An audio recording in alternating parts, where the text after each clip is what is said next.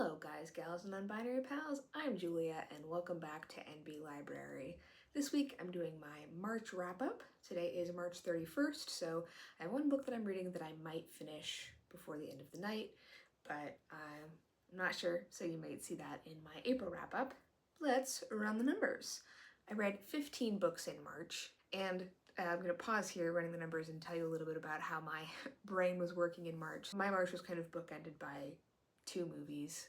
I watched Return of the King with my roommate on February 28th, and so then for the next few days to weeks I was sort of in a post Return of the King fog. I haven't watched that film very often. It's very emotional for me, but it was so much better than I remember. It's such a good film, and coinciding with this like Tolkien obsession was a huge vigor for me working on my fantasy novel. So kind of all I wanted to do for the first half of the month was write, and that continued even after I kind of got my reading brain back. 15 is less than I usually read, especially in the last few months. In the last 8 or so I've had a really good run. And then last weekend I saw Project Hail Mary with my friends, a film that I was really looking forward to, a film that I would have loved to be able to see with my late dad because he and I both loved the book. It was so good that it sent me into sort of a depression, and for the next week I was kind of unable to think about anything else, and I had to ration the amount of times that I listened to the soundtrack because I felt like my brain was going to fall out of my ears. And then I wanted to take my roommate to see it because she hadn't seen it yet, and I thought, perfect, an excuse to see this film again. So then I saw it again on Saturday, loved it, and was then thrown into another post-euphoric depression. Like you get after you come back from a concert or a con, just something you've really been looking forward to and building up in your brain, or like the day after Christmas or like the night of Christmas. I always get kind of depressed when I'm like, well, I was so excited for this and now it's done, so now what? Luckily, I had a book waiting in reserve for me that helped pull me out of that funk, and I'll talk about that in a bit. So that is why I read 15 books this month. No shade to anyone who reads 15 books or fewer, that's just fewer than I usually read. 53.33% of the books that I read this month were purchased, 40% were on audio, a third of the books were by white authors, 20% were by black authors, and 46.67% were by Indigenous and other people of color. My average rating this month was 3.82, so really good.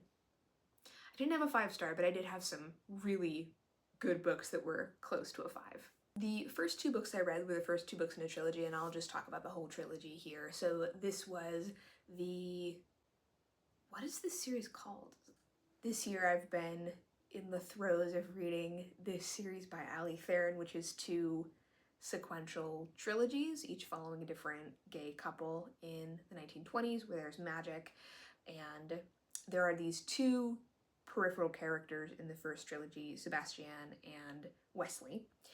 Wesley is a Viscount, and he's one of the main characters, Arthur's exes, and then Sebastian is under like control of blood magic. He's like being possessed essentially. This trilogy, Proper Scoundrels, Once a Rogue, and Viscounts and Villainy, is their love story. The first book was perfection to me. I rated it 4.5 stars. I liked it so much because I think the characters are so well drawn. They're hysterically funny. Wesley, who's a Viscount, is simultaneously like an asshole, but also like deep down a good guy. And he like is constantly threatening to fire his staff, but never does, and actually treats them super duper well. Sebastian comes along and kind of introduces him to magic, and then they get caught up in this plot. And honestly, like, the plots of these books are not important to me. Like, who the villain is, I don't really care. I'm just here for the romance and the relationship and character development. The next two books I rated 3.75 stars each. They're fine, they were super enjoyable, but they don't reach the heights of the first book for me because they've gotten together in this book, and I really liked the like prickliness of Wesley in the first book. The relationship and romance has to develop over the course of 3 books rather than 1, and so they start being intimate and interested in each other in the first book, but don't actually like say that they're in love and a couple until the third book. And they are very compatible physically, but even by the third book are still figuring out kind of their romantic relationship. And I felt like it took a while, and this isn't necessarily a bad thing, but it took a while for them to like get to a place of emotional intimacy, especially because Wesley is just so closed off and Sebastian is just a sweetheart. Sebastian is very adverse to killing animals, but it's never said if he's a vegetarian, so I thought that was kind of silly of him, hypocritical, but anyway. Just tons of fun. I got these on audiobook on sale, and so when I could think about nothing else, I could at least read these books. And you'll notice that I didn't read a lot of fantasy this month, especially like epic or secondary world fantasy. I'd been reading House of Dusk by Dava Fagan, and I had to pause it. I'll get back to it eventually. For some reason, the particular brain weirdness that I was having at the beginning of the month meant that I just couldn't read any fantasy, because I was like thinking about Lord of the Rings so hard and thinking about my books so hard. For some reason that translated to me not wanting to read any fantasy. I don't know. The brain wants what it wants. The third book that I read after those first two books in the trilogy was One and Only by Maureen Gu. Maureen Gu wrote one of my favorite YA books of all time, Throwback, which is like Korean gender bent Back to the Future, where a girl goes back to the 90s to help out her mom, and along the way has like one of the best YA love stories I've ever read in my goddamn life. One and Only is a book with a middle-aged protagonist and a bit of a supernatural twist to it.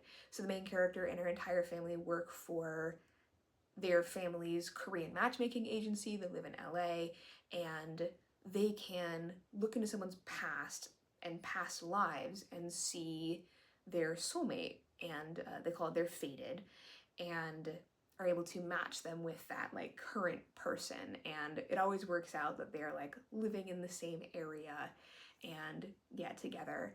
The main character knows the name of her fated. She had her aunt like read her fortune 10 years previously, but for some reason they can't find him. His name is Daniel Nam, or Nam. Before she meets her fated, she meets this young man who's 28. They have this like flirtation and then like whirlwind weekend of just like sex and spending time together in her house, where they just like, they don't leave the house, they just are like wrapped up in each other. But then when that weekend ends, she meets his boss, whose name is Daniel Nam. And so she breaks up with this guy and like tries to let him down easily, but then is dating his boss, who's her like soulmate, and she and the boss are really, really good together. But at the same time, like she's constantly around this other guy who's like an absolute like perfect cinnamon roll sweetheart. And you like, I genuinely didn't know until the end of this book who she was going to end up with, but this book made me like ugly cry. I'm getting teared up. Just like, it's so rare for me to cry during a romance book. Throwback made me sob. It was just so sweet, and by the end of it, the person that she ended up with made perfect sense, and it was just so beautiful, and I thought the couple was so great. So I highly recommend it. This is her first adult book, and yeah, it was amazing. I gave it 4.75 stars. I then read Forgotten Soul by Cheryl W. Thompson. This is a book that I was anticipating that came out earlier this year, and this is about Tuskegee Airmen who went missing during World War II and their families and lives and the search for them. The like tagline is called like The Search for the Missing Tuskegee Airmen, but in fact, one of the tragic things is that no searches were ever done, really. Pilots would go missing during like bad weather or a whiteout, or they'd crash into the Adriatic, and there'd be no effort to look for them. One, because they were black, and two, because it was during active wartime. Sometimes they went into enemy territory, and there was just no push to use resources to look for them. Now, the trouble with this book, I rated this book 2.5 stars, and that's honestly being generous. It's more of a 2. This is just like a listicle in book format, and it's just the same information over and over and over again. It's like the identity of this man's parents and where he grew up and where he went to high school and who he married or was dating, and then where he went missing and his rank, and just over and over and over again. And they were organized in different chapters, but like, I mean, felt like a very loose attempt at organization. I could not distinguish between these men. Like, unfortunately, there just isn't a lot about them. There isn't a lot about being able to look for them. So many of these men's bodies were just never recovered. There are a few successful stories at the end of the book, which was interesting, but it was just extremely boring and repetitive, unfortunately, so I can't recommend it. I'm still on the lookout for like a pop history book that tells the story of the Tuskegee Airmen. I can't find like just exactly that book that I'm looking for. I think there probably are some by non-Black authors, but I really want to find one that is by a Black author about the Tuskegee Airmen and like their training process and them being stationed in Italy and all of that. I read like a book in verse that was about the Tuskegee Airmen, which is like honestly one of the most informative books about them that I've read so far. I'm still hoping for a like Hidden Figures treatment for the Tuskegee Airmen. I then read a book that was very much not a disappointment, and that was Skye Falling by Mia Mackenzie. I read These Heathens by Mia Mackenzie last month and loved it, and like that book, I rated this book 4.5 stars. This is a super funny book. It's about a woman named Skye who is a Philadelphia native but runs a travel company for Black travelers, and so is constantly in other countries leading these trips. And in a lot of her aspects of her personal life, she is a mess. But something that I really appreciate is that when it comes to like the business side of things, she's a good businesswoman. She's good at her job, and there's multiple scenes of her just like answering emails and planning trips and like doing her job. And so I can handle a like messy character, but it's not super compelling to me when they're messy in all aspects of their life. That's not who I want to read about personally, but I like it when a character has competency in some things and then is messy or, you know, incompetent in others. And so I appreciated that there were like facets to Skye. The story kicks off when Skye's in Philadelphia for a few weeks between trips, and a 12-year-old girl comes up to her and says, "Hey, do you remember when you donated eggs to a friend a few years back? Well, that friend was my mom, and I'm your biological daughter." And so what commences is Skye developing a relationship with this girl's aunt, and also staying in one place for more than a few weeks, and especially Philadelphia, a city that she grew up in, that she hasn't called home in a long time, but like really feels deeply for, and is there long enough to see gentrification and the impact of police brutality on her neighbors, and also kind of revisiting her relationship with old friends, her brother, her mom. She's not a mother figure to Vicky, this girl, but she is like an adult figure in her life, and as she is contemplating this relationship and developing this relationship, she's thinking back on her relationship with her mother. Now, she had a horrible relationship with her dad, and just blames her mother for never standing up to him and never being in her corner. It's not like that her mom did anything bad to her except just neglect her when she was being abused. I loved those parallels. I loved the character work here. I mean, Skye like fucks up over and over again, but each time it's a little less worse, and each time she's like better and better about like apologizing to people and showing up for people, and the character development was just wonderful. I rated it 4.5 stars, and I really recommend this. It was then the start of the trans rights readathon, a 2-week readathon going from March 17th to March 31st, culminating in today, Trans Day of Visibility. So this is a 2-week kind of reading challenge for people to read books by trans authors with trans characters and donate a set amount of money for every book that they read to a charity of their choice. I always choose the Lavender Rights Project, which is a local charity benefiting Black and brown trans people.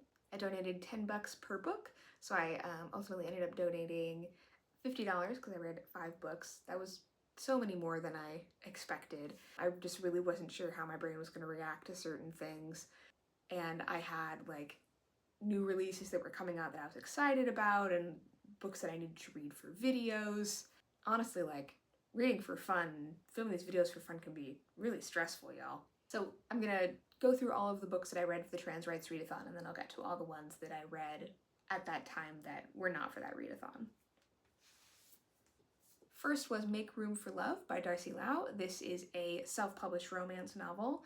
The main characters are a butch lesbian and a bisexual trans woman.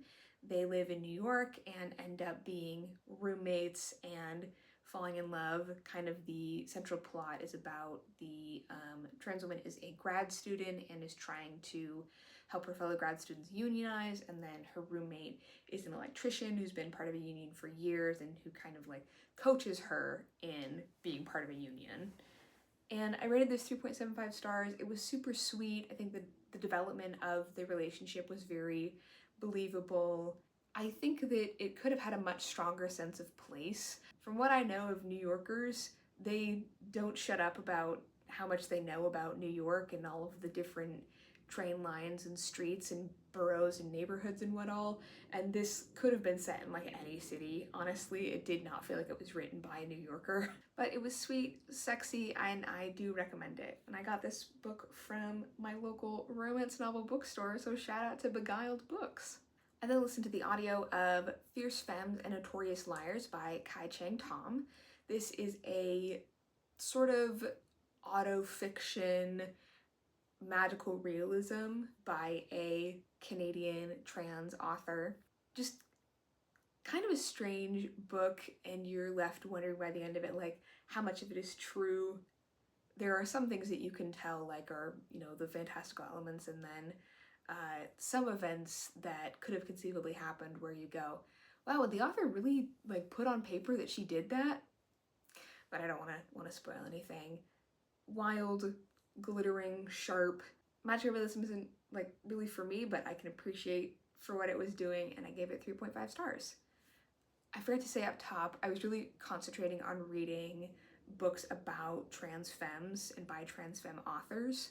I find that even though I seek out trans books, I usually end up reading books by and about non-binary people or trans men, so I really wanted to focus on trans women for this Trans Rights Readathon.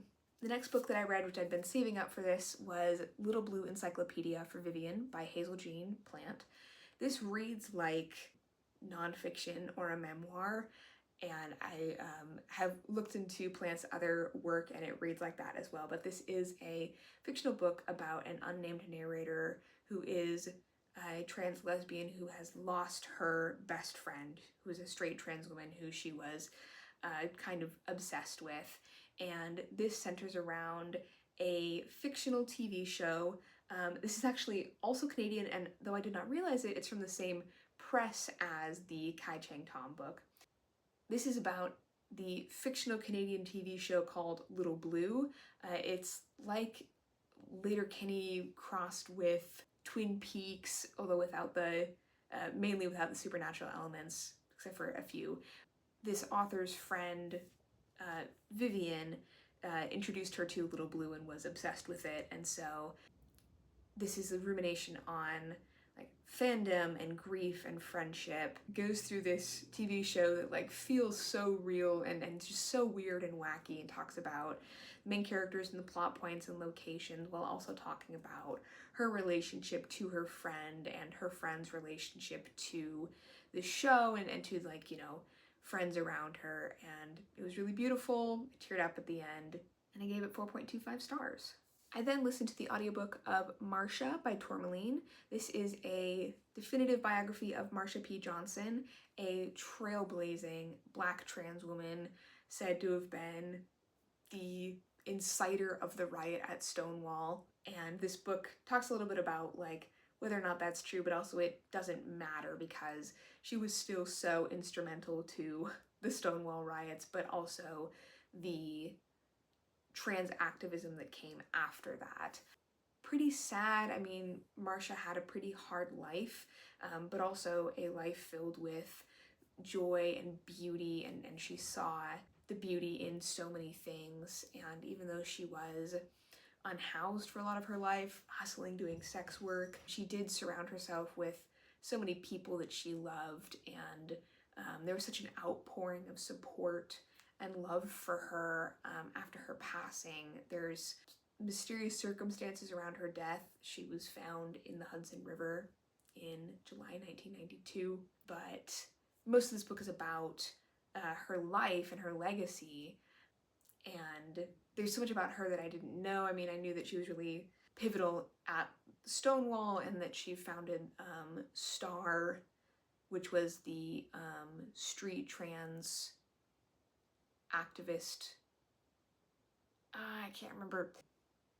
Basically, it was a support network for trans women that she founded with her friend Sylvia Rivera that was basically housing for trans women, and they would get an apartment and then have like 20 people living there, would cook food for them and provide for them. There's so many people who feel like Marsha was a sort of like spiritual mother to them. If you're looking for more Black trans history, US queer history, I really recommend this. The audiobook is read by the author, who is also a Black trans woman, and I decided not to rate this one because sometimes rating a memoir or biography feels weird. And the last book that I read for the Trans Rights Readathon was also in response to my sci-fi brain that I was in after Project Hail Mary. It was The Blighted Stars by Megan E. O'Keefe. I had this on my physical TBR for about a year now. It's one of my 26 books to read in 2026, and you'll also see a longer review of this in a upcoming sci-fi vlog that I'm doing. Because I have that longer video that I just filmed earlier today, I won't go too in-depth on this. I was ultimately disappointed by this. I didn't feel super connected to the characters. I think there's some interesting world building, but it gets a little bit muddled, and I give it 2.75 stars. And one of the POV main characters is a trans man. So that's all the books that I read for the Trans Rights Readathon. Thank you to the organizers of that. There are tons of resources on their website, recommendations for other trans books, so check that out if you're interested. Now, the books that I read in the last 2 weeks that were not for the Trans Rights Readathon. First was The Labyrinth's Archivist by Day Al Mohammed. I read this for the r/fantasy book bingo, so I already posted my review of that. This is a novella set in a magical city that is connected to this labyrinth of worlds. The main character is blind and has to try and figure out what happened when her grandmother, the matriarch and head of their archive of knowledge, is killed. This one was just fine, really nothing like wrong with it, but nothing that super gripped me either, aside from the world building, which was super neat, and I gave it 3.5 stars. Next was Mountains of the Mind by Robert McFarlane, one of my 26 books to read in 2026. This is the first book that Robert McFarlane wrote, and ironically is the last one of his that I've read. This is a lot more like historical than his other books. All of his books are just a little bit different. Some of his books, like the subject matter, can be kind of dry, but his writing never is. He says in the beginning of this that like his first love was poetry, and that absolutely makes sense. So I loved the like journey of this. This is about like humanity, particularly like Western culture and like England and America's relationship with the mountains and mountain climbing, but also like geological history and his own personal history with climbing. He talks in this book about how when he was younger, he would take a lot more risks and would make kind of stupid decisions about continuing on to climb a mountain in dangerous circumstances, and how he doesn't do that anymore, and kind of ruminating on that. I think it changed after he has a kid, which makes sense. And he's also talking about, and the book kind of culminates in the first attempt by George Mallory, who ultimately died on Everest, and we don't know if he and his climbing partner got to the top or not. We're not sure if they passed before they got to the top or if they died coming down, but you know, it being at like 25,000 feet, it's hard to tell and hard to get up there. I rated this 3.75 stars. Not a bad book by any means, just not my favorite of his. I'll then close with two books that I sort of read as my like break glass in case of emergency books after watching Project Hail Mary the first time and then Project Hail Mary the second time. I talked at the end of last year about reading The Calculating Stars and The Fated Sky, the first two books in the Lady Astronaut series by Mary Robinette Kowal. I've been saving these last two for kind of a special occasion, and after reading Project Hail Mary, well, one, I wanted to reread The Fated Sky. Side tangent here. I found that like sci-fi is one of my favorite genres, but it's not always a genre that I reach for, but sci-fi is like consistently some of my highest rated books, even though I don't read that many of them. And I was looking at like the books that I had rated the highest and kind of drilling down what are the tropes that I like in sci-fi. And I found that, like in Project Hail Mary, one of my favorite aspects of it is how close it is. I mean, Project Hail Mary is set basically the present day and using technology that we could conceivably have. And then the Lady Astronaut series is alternate history, so it's what if a meteor hit the east coast of the US in 1952 and rapid global warming commenced and we had to go to space? And so could we conceivably have established a colony on the moon and Mars in the 60s and 70s? And with the knowledge and technology that we had back then. I love spacewalks. I think those are so fun and exciting. Also occur in Project Hail Mary. Tying in with the Lady Astronaut series, I love alternate history, so like Radiance by Catherine Valente. So if you know of any books like that, please let me know, because I am kind of champing at the bit for more of them. Really, I just want more Lady Astronaut books, but I've read the last book now. So the first two books in the Lady Astronaut series follow Dr. Elma York, who is the, in this timeline, the first woman in space. In the third book, The Relentless Moon, we're actually following a friend of hers, Nicole. I can't remember her last name now. Not York, that's Elma's last name. Nicole. Nicole's in her 50s. I was actually imagining her as Hannah Waddingham the whole time from Ted Lasso. This takes place kind of concurrently with The Fated Sky. The Fated Sky takes place over the course of like a year and a half because they're en route to Mars. And we know that in that book there is a communications blackout with Earth. And so The Relentless Moon is exploring what happened on the moon base during that communications blackout. This is the longest book in the series. There are several subplots going on. There are saboteurs who don't want this space program to go forward. There is a polio outbreak on the moon, and then the main character's husband is running for president, and so she is being a political wife while also being an astronaut and administrator on the moon. I rated this one 4 stars.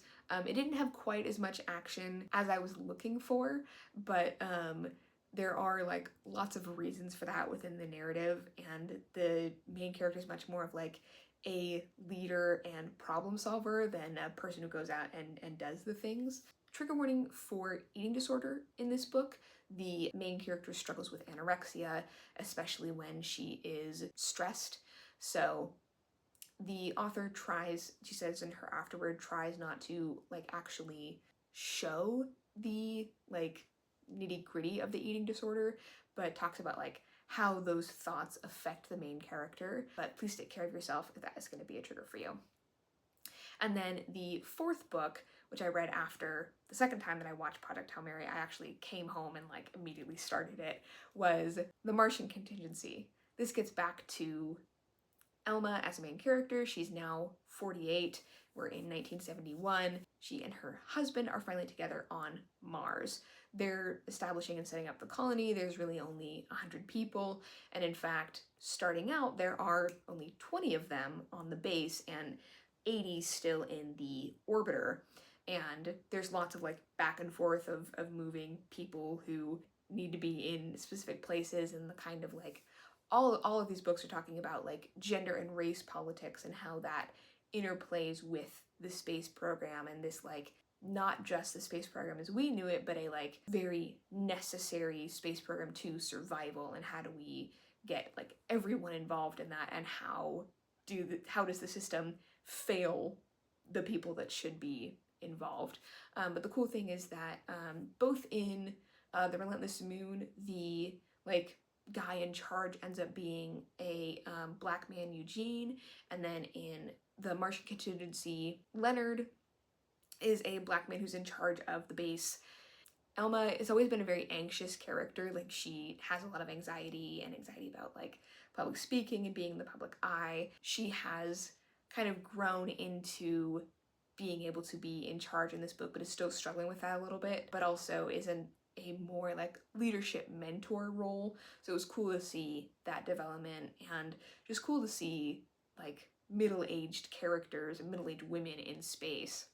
This is really only a complaint like for ebooks, but sometimes an ebook will like, it'll have, you know, a bunch of back matter, and so you think that there's more left of the book than there is, and so like you're getting to the end of what feels like the end of the book, but there's like 10% of the book left, and you're going, oh no, what's gonna happen? And that kind of happened here, where like what was the climax made sense, but then there was more of the ebook left, and I was like, oh no. It was just the, you know, the afterword and like the bibliography and stuff like that, so that ended up being like a little bit anticlimactic. I really like this one. I like this one more than the Relentless Moon, and kind of up there with the Fated Sky. Yeah, these books are just so good. They scratched like such a perfect itch for me. This one just came out last year, but I really do hope that Kowal continues writing in this universe.